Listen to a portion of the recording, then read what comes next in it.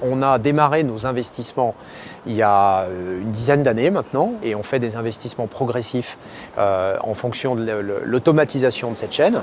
Donc on a commencé comme tout le monde par des ERP, incluant des briques achats et des briques comptables. On a ensuite tenté de mettre de la digitalisation dans le cadre du offshore. Donc on a offshoré une partie de notre production comptable en Inde et depuis récemment, donc depuis ces 3 dernières années, on s'est attaché à monter en puissance sur les nouvelles technologies, donc toutes celles dont on se parle aujourd'hui. Donc la dématérialisation évidemment des factures, mais également tous les concepts à la mode aujourd'hui autour de l'intelligence artificielle et de la robotique process automation.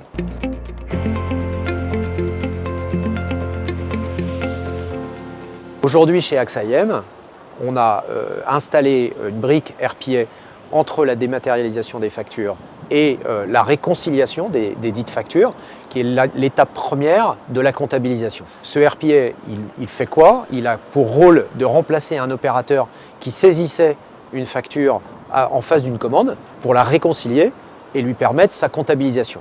Donc quand les données sont réconciliables, donc la dématérialisation de la facture permet de réconcilier des données de commande, alors la chaîne est automatisable. Cette réconciliation elle est faite aujourd'hui par une brique RPA, un outil qui fait ça à la place d'un opérateur. Donc dans 60% des cas, ça marche tout seul.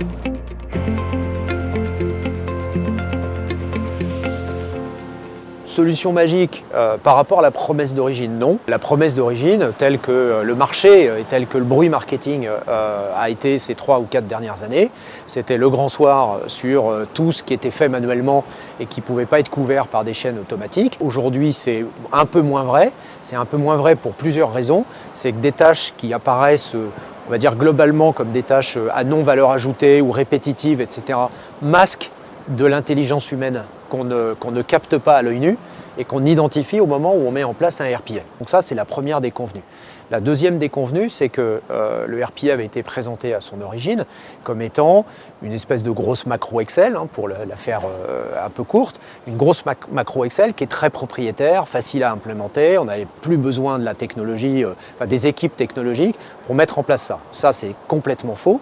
On a la nécessité de réfléchir, de réingénierer nos process un petit peu, pas autant que dans le cadre d'un ERP, mais un tout petit peu, parce que justement pour des raisons d'intelligence dans les tâches qui sont effectuées, on ne peut pas plaquer un RPA en tant que tel sur les tâches qui sont faites, parce qu'il faut y réfléchir. Donc ça demande beaucoup plus de réflexion et d'investissement de temps type informatique, c'est-à-dire spécification, UAT, test, etc., que ce qui avait été vendu à l'origine, au tout début des RPA. Donc aujourd'hui, on utilise toutes ces briques technologiques, les unes avec les autres, dans un environnement, on va dire, qui multicouche. Le robot de process automation est surtout là pour pallier, j'allais dire, aux gros investissements industriels comme les ERP, les systèmes d'achat, pour couvrir des fonctions ou des process qui sont plutôt des process orphelins.